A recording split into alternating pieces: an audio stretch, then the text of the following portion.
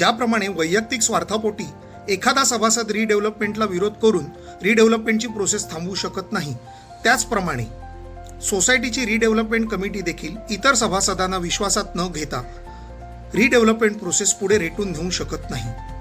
सरकारने दिलेल्या 79A guidelines redevelopment process करता फॉलो करणं हे अत्यंत गरजेचं आहे. प्रत्येक निर्णय हा ट्रान्सपरंटली आणि बहुमताने घेणं अपेक्षित आहे.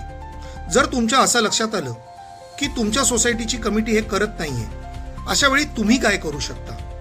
तर तुम्ही ज्या मेंबर्सचं तुमच्यासारखंच मत आहे अशा मेंबर्सना एकत्र आणू शकता. जे काठावरचे मेंबर्स असतात त्यांना तुम्ही तुमचा हा मुद्दा पटवून देऊ शकता. सोसायटीच्या कमिटीकडे फिजिबिलिटी रिपोर्ट किंवा बिल्डरच्या ऑफर्स ही जी काही डॉक्युमेंट्स आहेत ह्याची तुम्ही मागणी करू शकता. जर कमिटीनं ती डॉक्युमेंट्स दिली नाही तर तुम्ही त्याची तक्रार रजिस्ट्रार कोऑपरेटिव्ह हाऊसिंग सोसायटीकडे करू शकता. त्याचप्रमाणे ती डॉक्युमेंट मिळाल्यानंतर जर तुम्हाला असं वाटलं की ह्यामध्ये काही अनियमितता आहे किंवा ह्यामुळे सोसायटीचं भलं होत नाहीये, तर तुम्ही योग्य वकिलाचा सल्ला घेऊन याविरुद्ध कोर्टात देखील जाऊ शकता. कमिटीचं काम आहे सर्व गाईडलाईन्स फॉलो करून रिडेव्हलपमेंट प्रोसेस बहुमताने आणि ट्रान्सपरंटली पुढे नेणं. जर असं होत नसेल तर तुम्ही तुमचा विरोध नक्की दाखवू शकता.